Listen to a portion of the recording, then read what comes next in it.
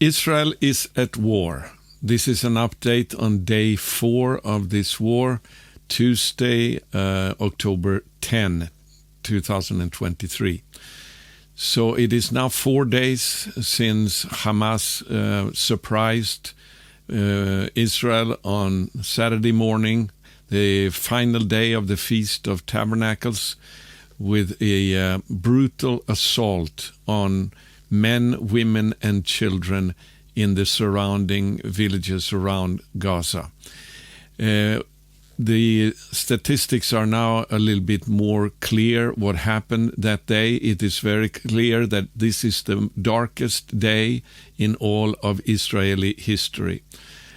Right now, the death toll of murdered people are 900, but it is estimated that it will come and grow till at least 1,000. We also have about 3,000 who have been wounded in these attacks by Hamas. And when you put this in perspective, you have to remember that Israel is a nation with 9 million people. Compare this with, for instance, the United States of America with 350 million people. This attack by Hamas would then correspond to 10 9/11 terrorist attacks in one day, or 40,000 murdered by terrorists in one day. That's the magnitude in comparison with the United States, what happened in Israel. Eyewitnesses report have also come out now from the Festival of the Young People on the beach north of Gaza, which was surrounded by Hamas terrorists on Saturday morning. One of the survivors, he told the story how, for instance, he saw at least 50 young people trying to hide from Hamas in a wadi, an empty wadi, a ditch, so to speak, in order to survive. The Hamas terrorists found out about them and threw hand grenades on the young people and then butchered them all. This has not been seen since the Holocaust among the Jewish people. It is unprecedented. Also today, the Israeli military found 40 children, some of them babies, being killed by Hamas terrorists. Some of them had even been beheaded. The facts are so gruesome, it is almost difficult to talk about it even. So, friends, this is a very, very dark time for Israel. But we believe that God is going to turn this mourning into joy when we pray. And remember that Hamas attacked Israel on the final day of the Feast of Sukkot, when the people read in all the synagogues from Deuteronomy chapter 33. And this is what we are going to base our prayers and our intercession on, these words here in Deuteronomy 33 from verse 26 to 29. There is none like God, O Yeshurun, who rides through the heavens to your help, through the skies in his majesty. The eternal God is your dwelling place, and underneath are the everlasting arms. And he thrust out the enemy before you and said, destroy. And friends, I'm going to finish reading the next few verses here, but now Israel is faced with this reality that Hamas must be destroyed. I will come back to that more in a second here. I read on. So Israel lived in safety. Jacob lived alone in a land of grain and wine, whose heavens drop down dew. Happy are you, O Israel. Who is like you? A people saved by the Lord. The shield of your help and the sword of your triumph. Your enemies shall come fawning to you, and you shall tread upon their backs or their heights.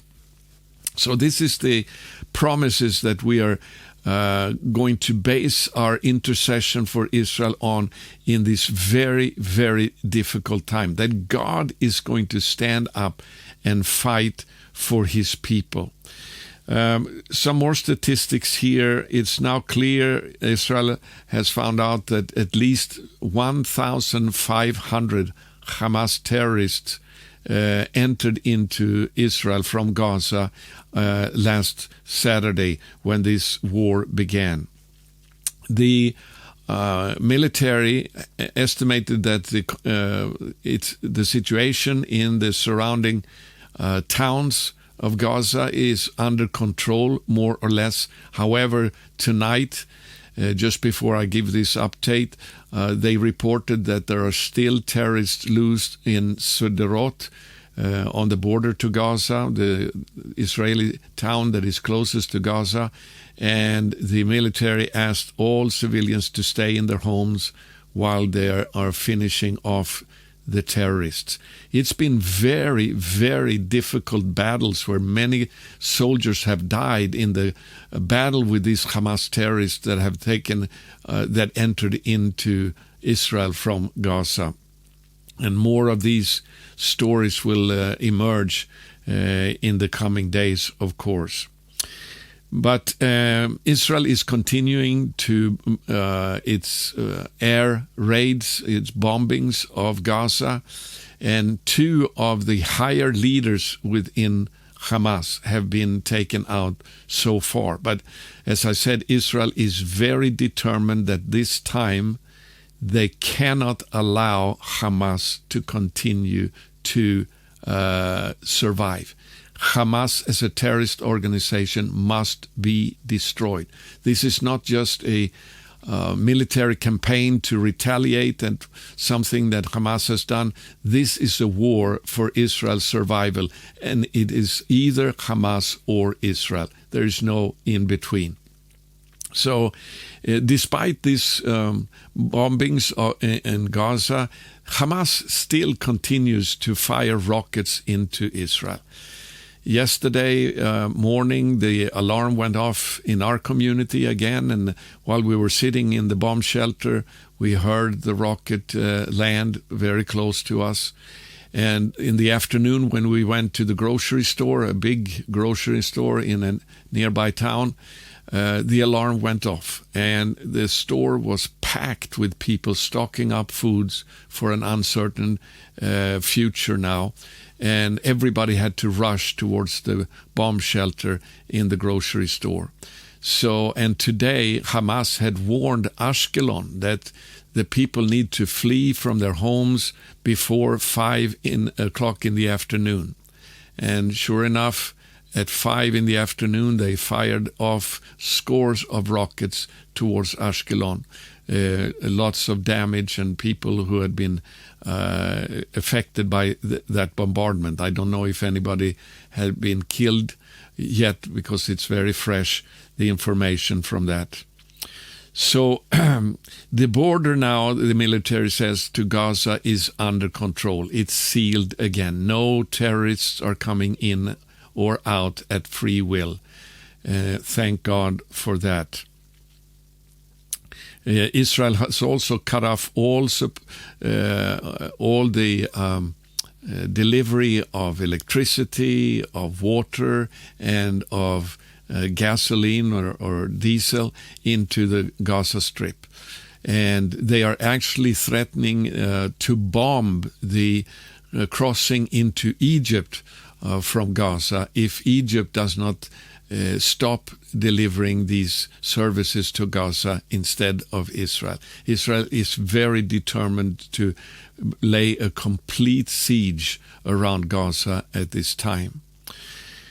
So the real battle now is to make sure that God will give Israel the ability to finish off Hamas.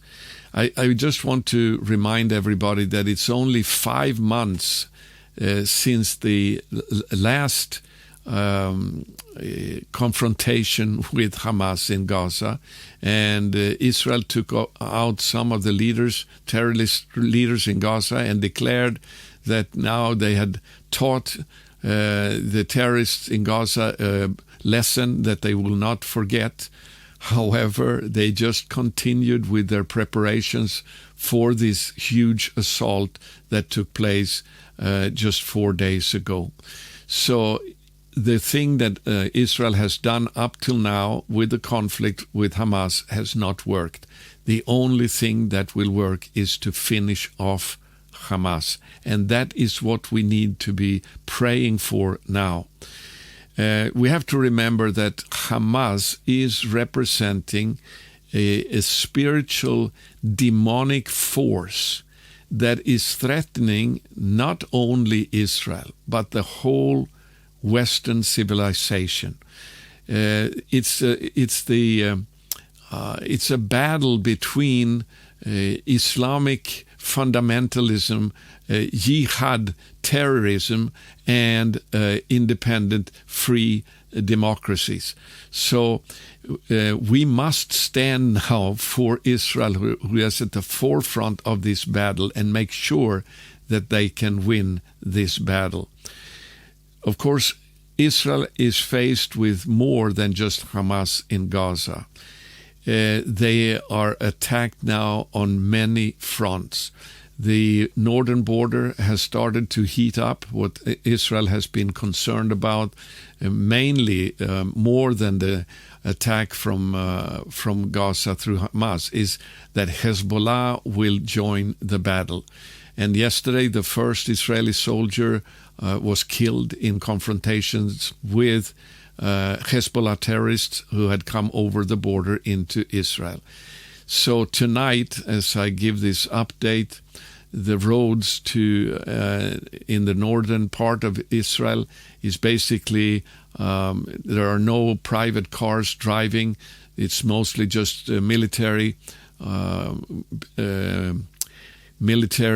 vehicles and transportation of tanks on the roads up towards the front, towards Lebanon. Israel is know very full well that the war that they're in now is a war that is dictated by Iran, and Iran has determined to wipe Israel off the map. So they will involve Hezbollah at the time of their choosing, which could be any day now. So this is something that Israel has to deal with as well. Also, Iran has proxies in Syria, in Iraq, and in Yemen. And then, of course, Iran has only 2 weeks left in producing until they have nuclear capabilities.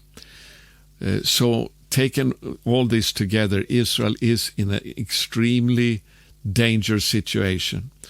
And they must be free now, have the free hands to fight this battle until victory.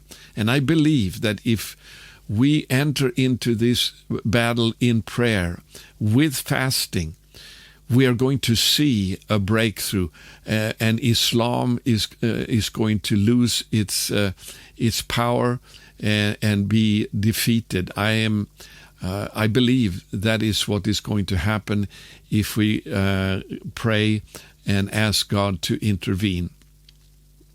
What we are calling for now is that people will begin to not only pray but also fast. And I remind everyone of the story in the book of Esther, when the Jewish people were faced with a threat of being annihilated through Haman, the wicked ruler under the king in the Persian Empire, who had decided that he would wipe out the entire Jewish nation. And in that situation, Mordecai asked Esther to stand up to defend her people, and Esther called for a fast for 3 days. And through that fast, Esther received favor from the king, so that in the end, Mordecai and Esther could give out a declaration that we can read in the book of Esther. I'm going to turn there in chapter 8 and verse 11. The result of this fast. It says here, because Haman had given out this decree that the Jews should be annihilated and destroyed, so in the name of the king. And this declaration could not be revoked. However, a new edict could be written which allowed the Jewish people to defend themselves. And that's what this was all about.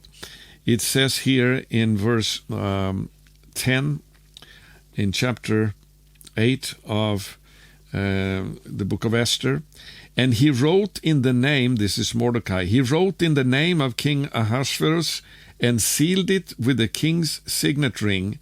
Then he sent the letters by mounted couriers, riding, this is verse 10 now, riding on swift horses that were used in the king's service, bred from the royal stud, saying that the king allowed the Jews who were in every city to gather and defend their lives, to destroy, to kill, and to annihilate any armed force of any people or province that might attack them.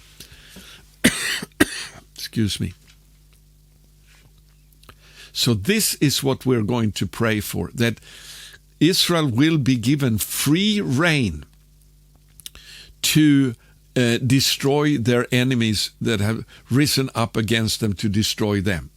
I believe we can see this miracle if we enter into this battle in fasting and in prayer. And I believe it's so serious that it is either Israel's survival and the defeat of her enemies, or it is going to be the destruction of Israel and the victory of Islamic Jihad, which is going to take over not just Israel, but the entire Western free world. That's the battle we're in right now. Israel is at the forefront of this, and we need to enter into this battle. Tomorrow, which is Wednesday, October 11, some of the leaders around me in the ministry here, we have declared a fast. And if you can, please join us. And if you don't get this message in time for tomorrow, Wednesday, the 11th of October, then take the first opportunity you can to fast and to pray for Israel. We are in a very serious war that is going to affect not only Israel, but the entire world. And two scriptures that I want to highlight here also.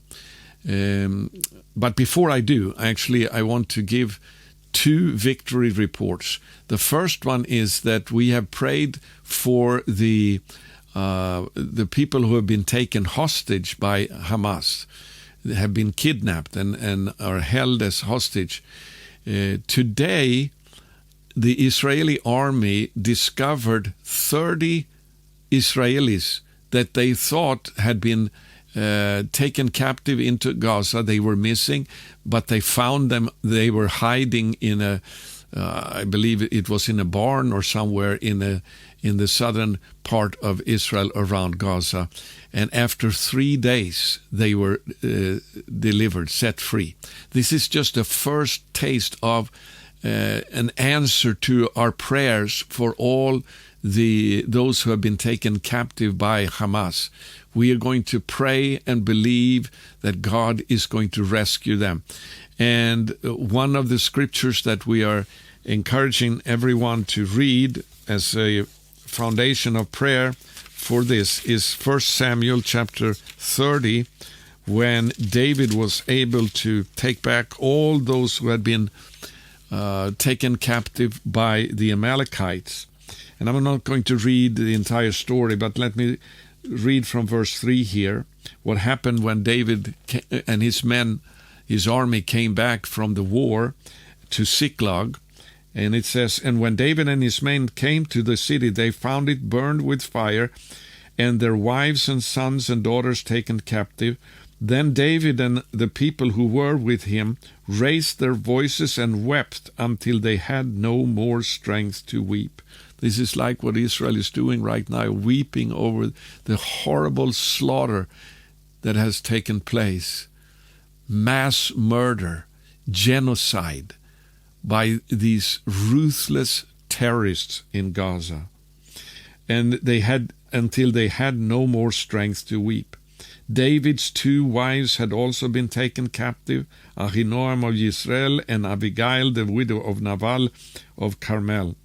And David was greatly distressed, for the people spoke of stoning him, because all the people were bitter in soul, each for his sons and daughters.